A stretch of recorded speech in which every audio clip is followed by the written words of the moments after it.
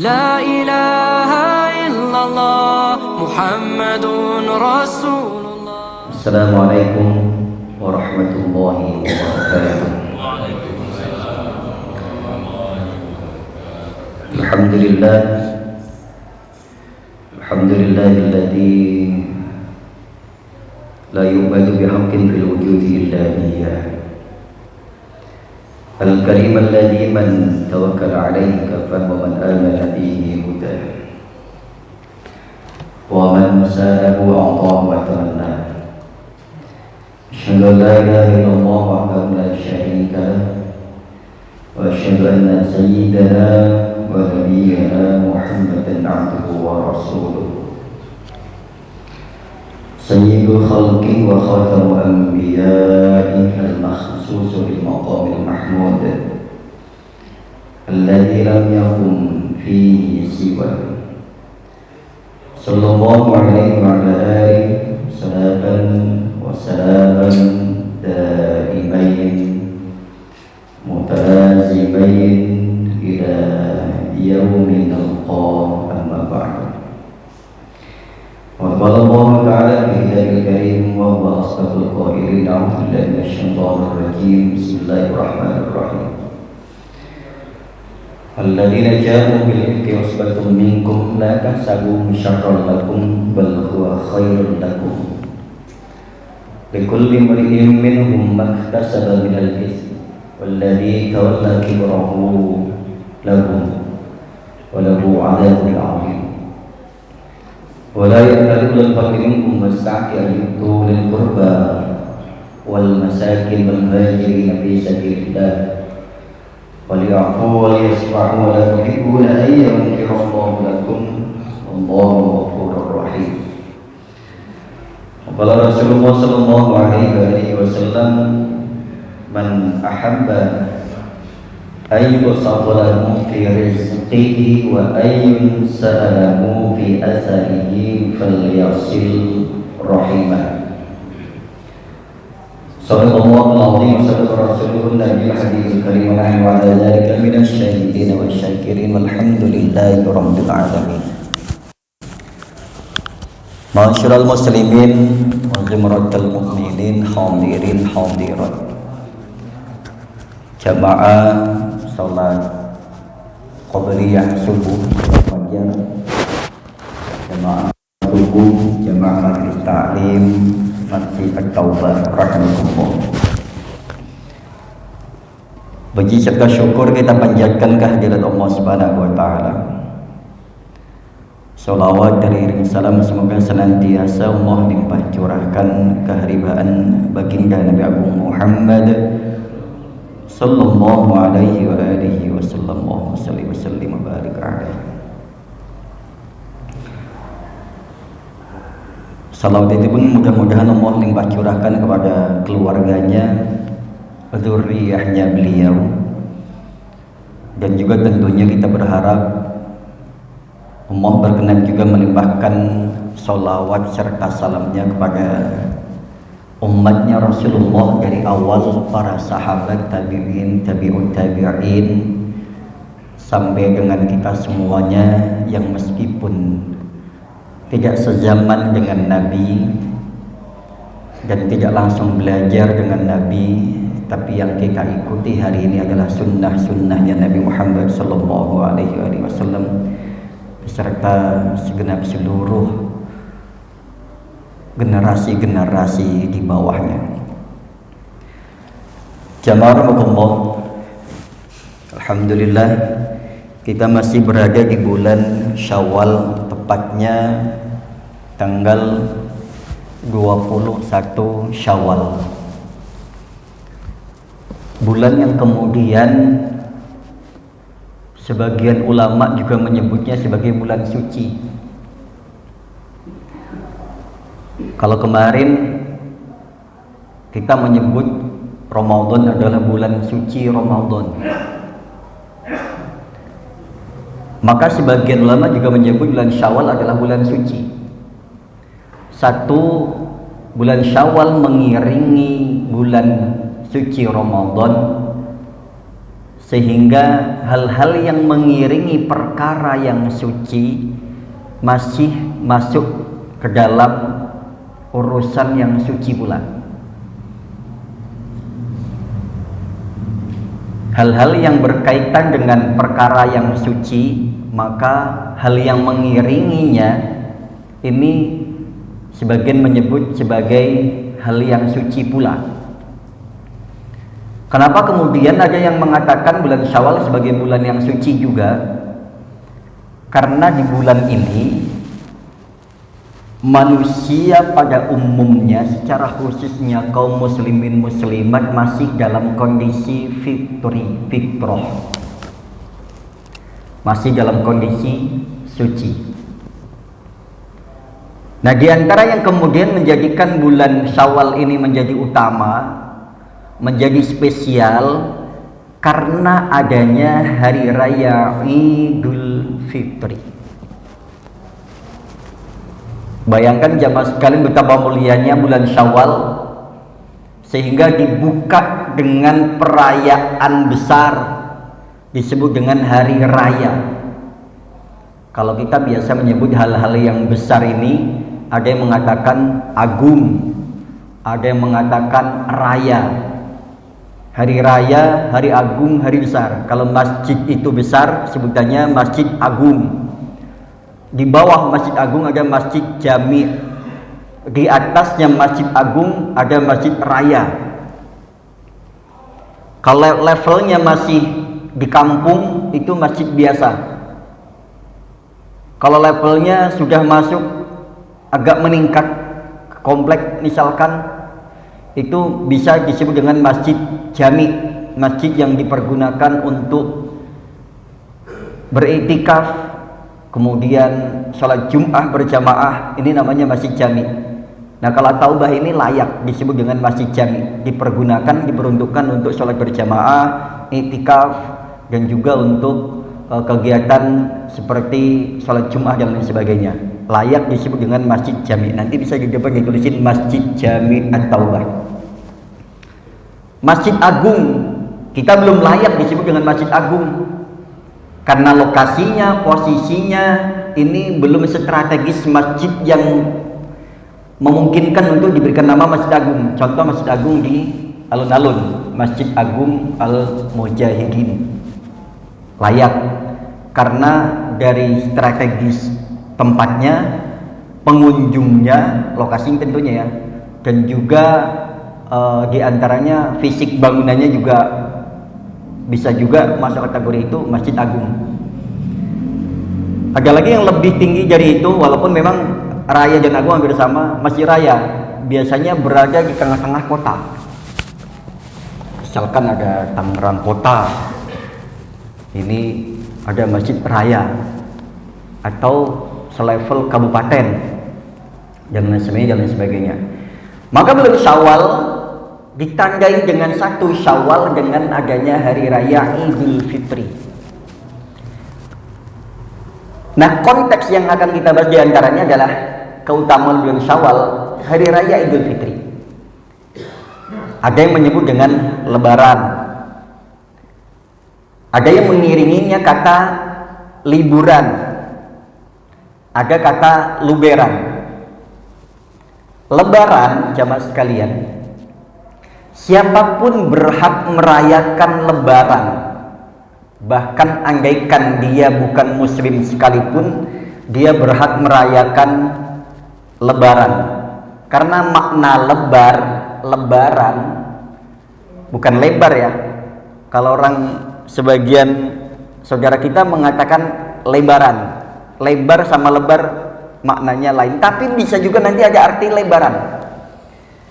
Makna lebaran maknanya adalah usai setelah menjalankan ritual selama 1 bulan, ritual keagamaan selama 1 bulan suci Ramadan. Kemudian jamaah sekalian, maknanya lebaran berkesudahan.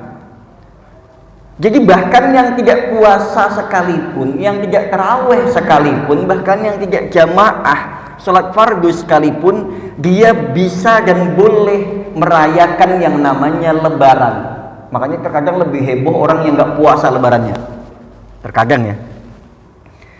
Terkadang orang yang nggak puasa, nggak terawih, dia lebih heboh dalam belanja urusan pakaian untuk lebaran. Bahkan terkadang lebih heboh juga menyiapkan amplop-amplop atau bahasanya THR untuk anak-anak dan saudara-saudaranya. Ini lebih heboh. Karena makna lebaran siapapun berhak menyandangnya, berhak siapapun merayakannya, makna lebaran. Ada lagi kemudian makna luber.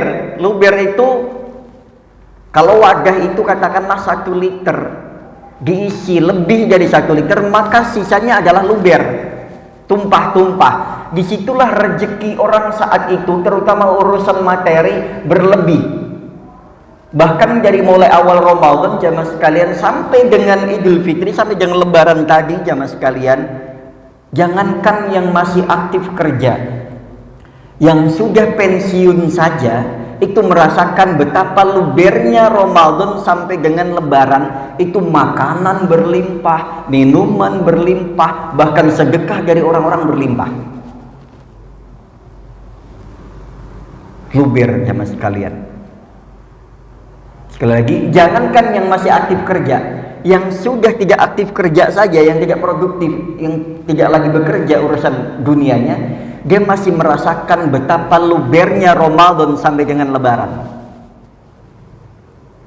Dan hampir semua orang Lebaran itu luber, materinya lebih dari hari biasanya.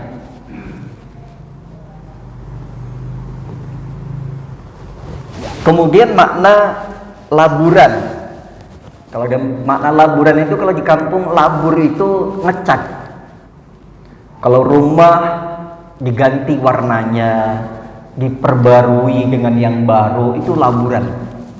Sebagian tempat wilayah daerah memiliki tradisi sebelum Lebaran itu rumah-rumah mereka dibikin baru warnanya atau catnya, dibersih-bersihin, terasnya, lantainya, halamannya, kebun-kebunnya dibersihin, sampai kemudian pas Lebaran itu tidak ada lagi sampah-sampah yang berserakan.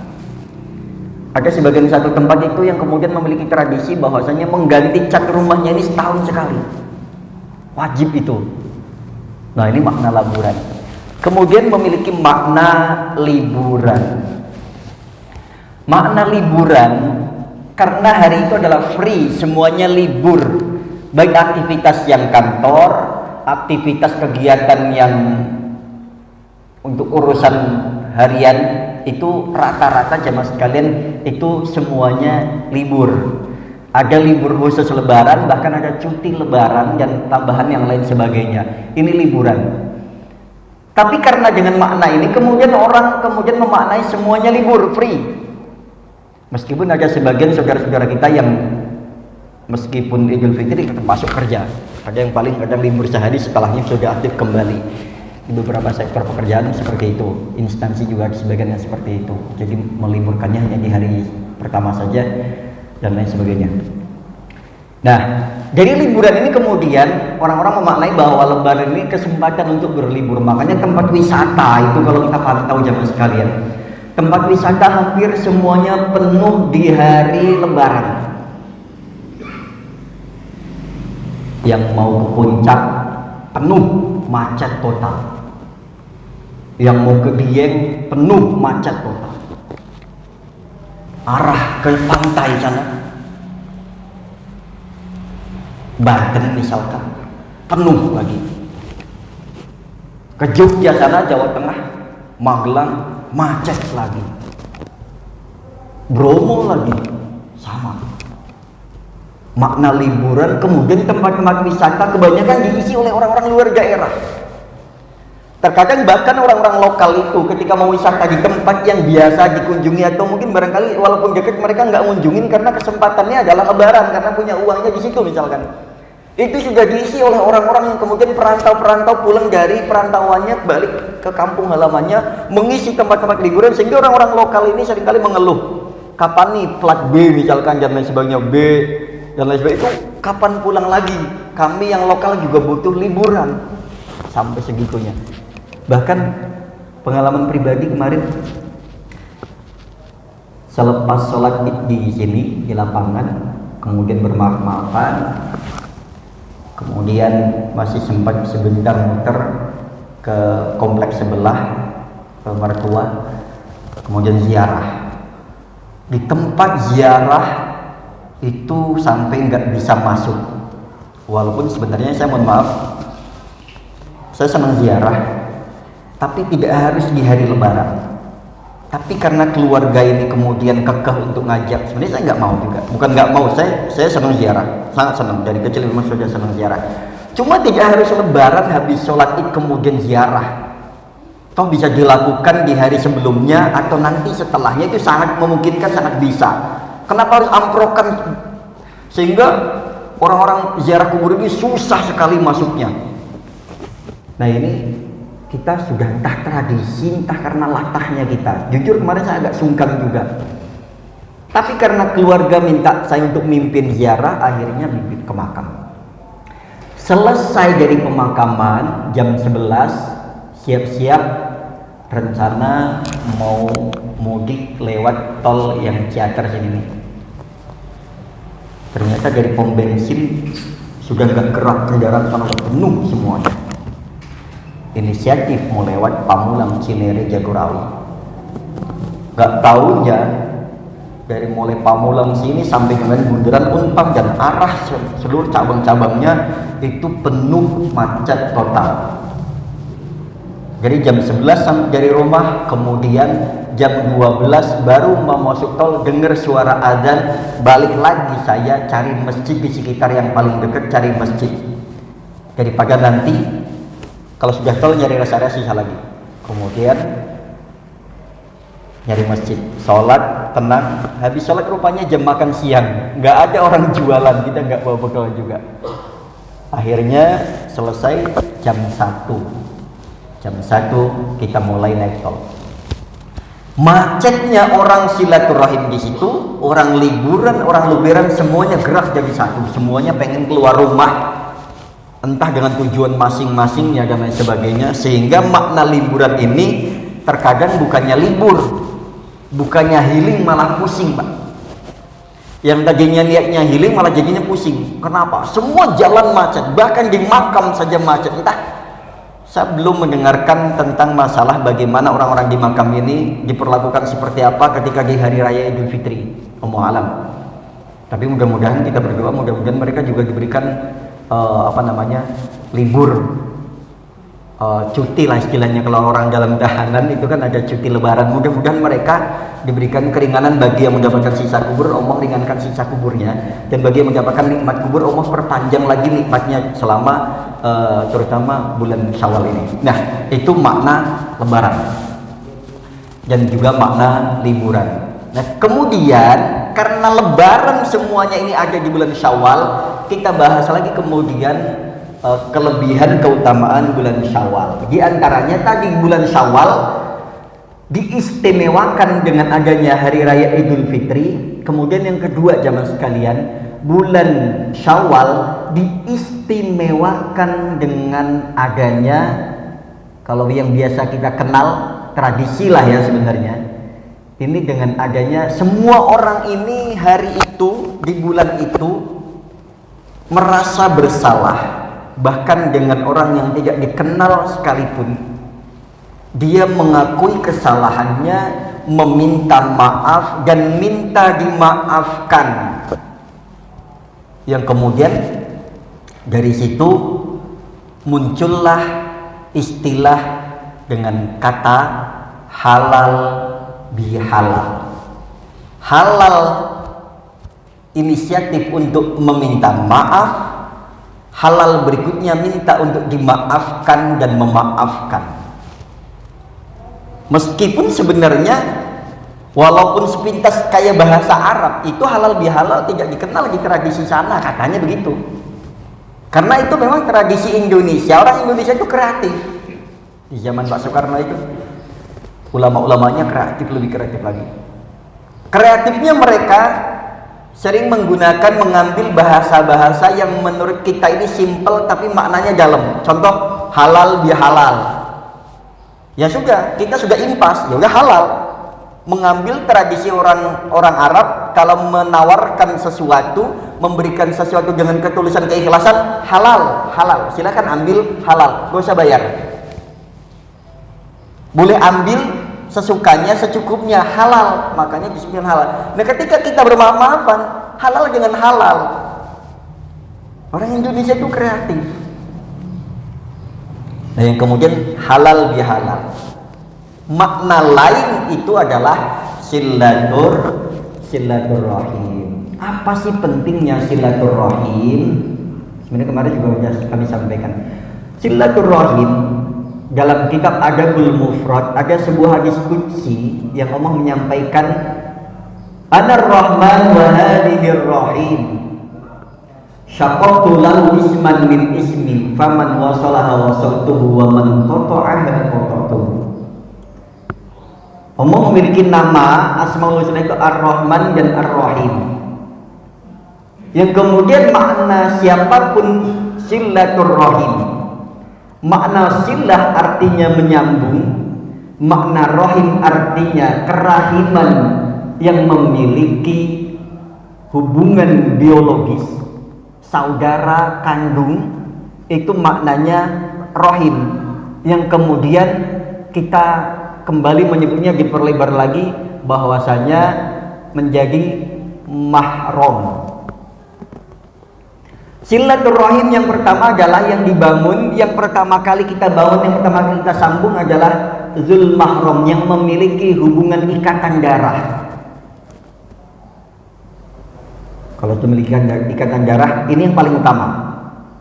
Setelah itu baru ke sekitar-sekitarnya. Jangan sampai kita sudah jauh-jauh minta maaf ke orang-orang saudara jauh, ke teman-teman jauh, ke orang-orang yang lebih jauh, ternyata ke saudara kita enggak.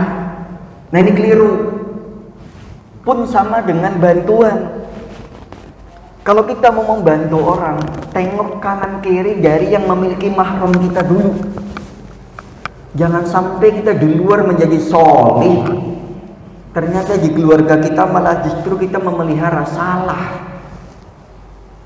membiarkan satu kesalahan, kita kehilangan keluarga mahram kita, tapi ternyata kita lebih akrab menyambung yang di luar sana. Kita lebih loyal, lebih royal dengan yang di luar, ternyata dengan keluarga yang memiliki ikatan darah malah kita rela membiarkan kehilangannya. Nah, ini silaturahim yang pertama. Makna silaturahim, rahim ini yang memiliki hubungan ikatan darah yang pertama. Orang lain itu dipererat.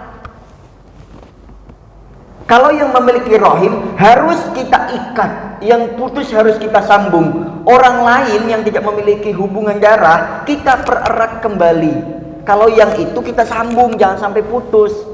Tapi kalau kemudian yang di luar juga putus, harus kita sambung. Makna silah artinya menyambung yang terputus. Saudara yang memiliki hubungan ikatan darah yang terputus kita kembali sambung, dan orang yang di luar kita kembali eratkan. Silaturrahim. Ini halal bihalal. Bahkan Allah mengancam siapapun yang memutus silaturahim, dan Allah memberikan penghargaan bagi siapapun yang menyambungnya. Faman wasolaha, barang siapa yang menyambung silaturahim, mempererat hubungan silaturahim, maka hakikatnya dia menyambung hubungannya dengan saya, kata Allah Subhanahu wa taala. Faman wasolaha wasoltu, dan bahkan bukan hanya dia yang menyambung, siapapun orangnya yang menyambung yang sudah putus, mempererat yang sudah tersambung, hubungan ikatan darah, hubungan dengan sesama teman, saudara dan lain sebagainya, maka saya langsung yang akan turun tangan, wasoltuhu, saya akan langsung yang menyambung hubungannya dengan hubunganku dengannya.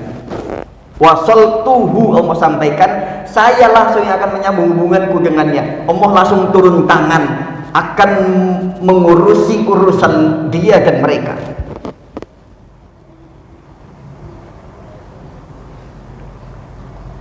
Jadi nggak usah khawatir soal rezeki. Rezeki lagi dalam hadis Ibnu Majah dan riwayat Bukhari. Bahkan man ahabba ayyubsatalahu fi rizqihi wa ayun sa'alahu fi asari falyasil rahimah. Barang siapa yang menginginkan, ahabba menyukai, menginginkan untuk kemudian diberkahi, diperbanyak rizkinya, dipanjangkan umurnya, ini hendaknya yang dilakukan adalah silaturahim. Jemaah sekalian, sampai suksesnya kita atau sampai kita pada titik yang sekarang itu bukan semata-mata hasil kerja keras kita. Kalau nggak punya relasi susah, nggak punya jaringan susah, nggak ada peran lain, nggak ada peran orang lain, kita bukan siapa-siapa. Ada satu baru saja kemarin lihat di postingan, anak yang dulu jenius di mana ya, Jepang kalau nggak salah.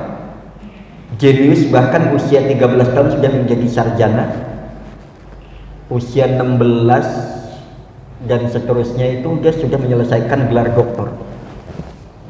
Karena bahkan dulu disebut dengan anak ajaib. Orang sekarang pikirannya kalau dia cerdas nanti bisa jadi dokter, bisa jadi pilot, bisa jadi macam-macam, sehingga kecerdasan itu diukur dengan kesuksesan. Gak jaminan, yakin gak jaminan. Sekarang yang sukses-sukses itu belum tentu di sekolahnya itu dulu yang favorit itu belum tentu. Terkadang silaturahim ini yang menentukan kita ini bisa masuk sebuah perusahaan. Karena apalagi di Indonesia kental dengan bawaan orang dalam. Di Indonesia ini bisa dibilang susah nyari kerjaan. Yang lowongannya butuh 100 orang, yang daftar ribuan orang. Dari ribuan yang dibutuhkan 100, orang dalamnya ada 50, sisa 50 itu harus yang benar-benar profesional.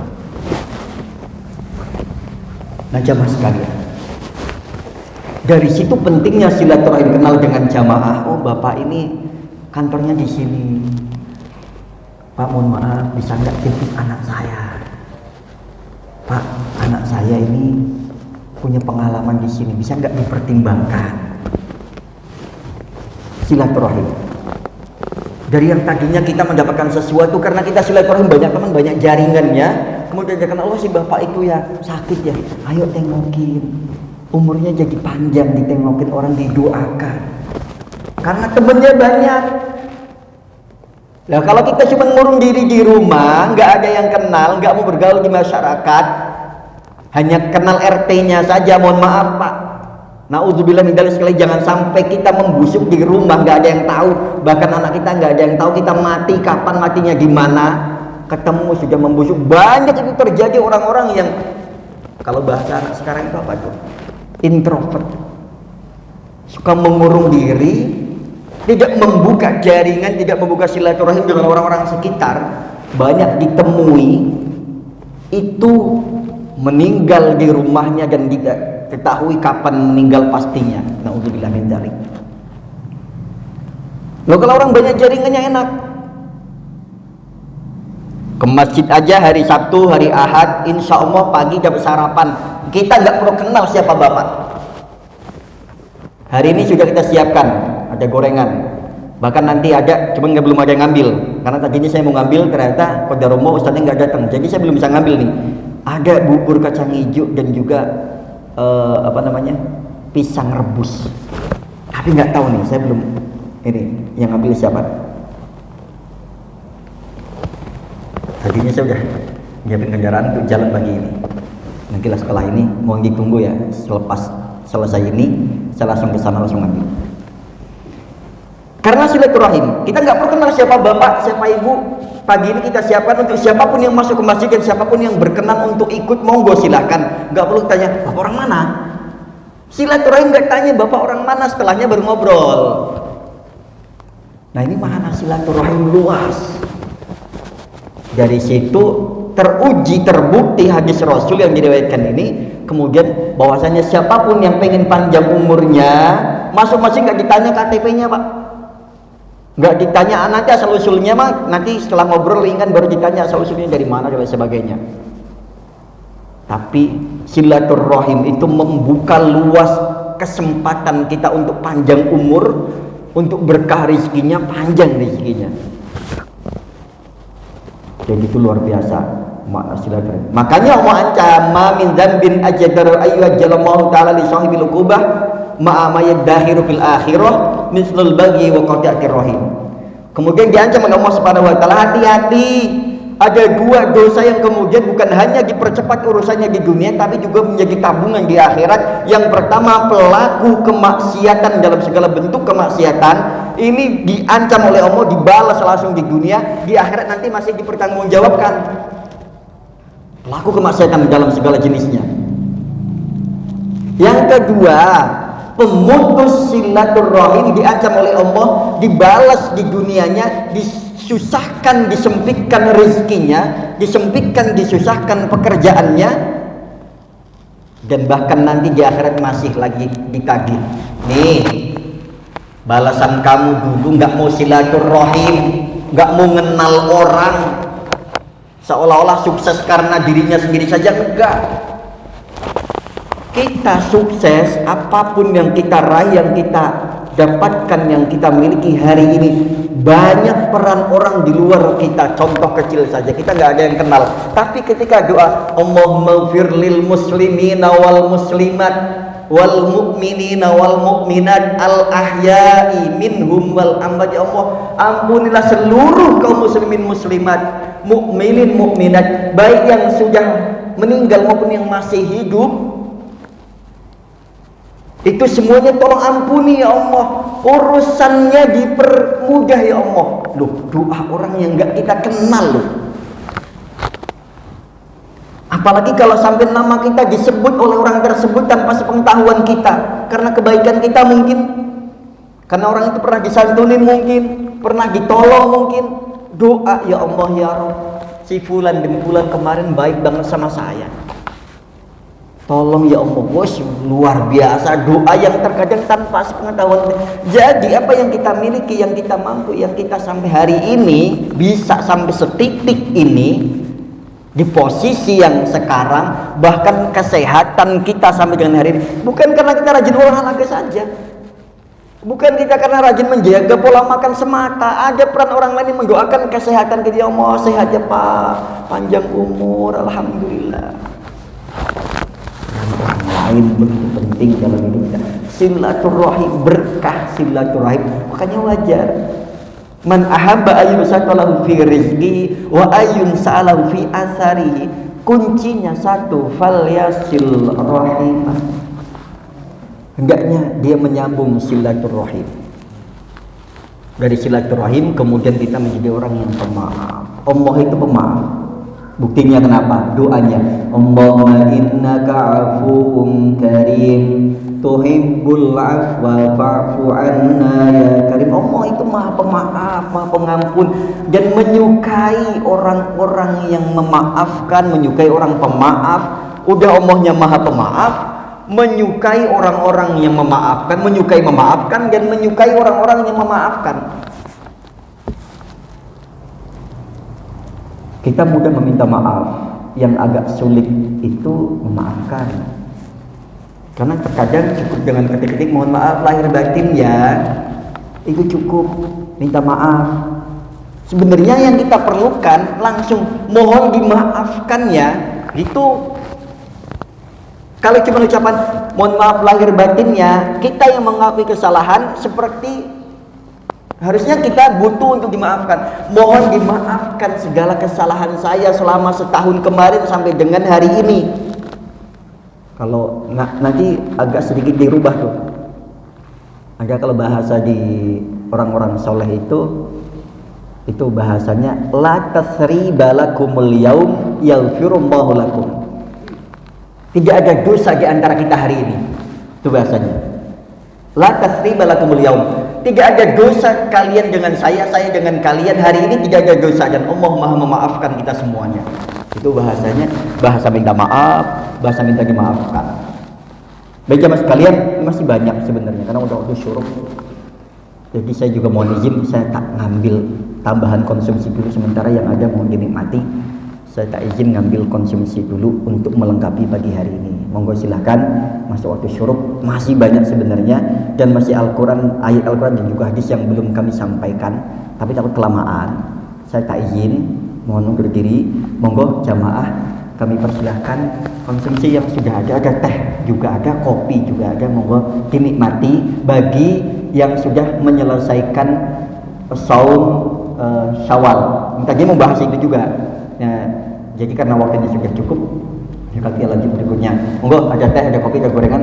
Saya tak izin undur diri, tak ngambil konsumsi dulu buat taman pagi ini untuk menyempurnakan majelis kita. Kita menuju ke majelis. Subhanakallahumma wa bihamdika asyhadu an la ilaha illa anta astaghfiruka wa atubu ilaik. Kepada jamaah, kami mohon maaf kepada Allah, kita beristighfar, mudah-mudahan Allah senantiasa memaafkan dan mengampuni segala kesalahan dan kehilapan kita semuanya. Amin ya rabbal alamin. Assalamualaikum warahmatullahi wabarakatuh.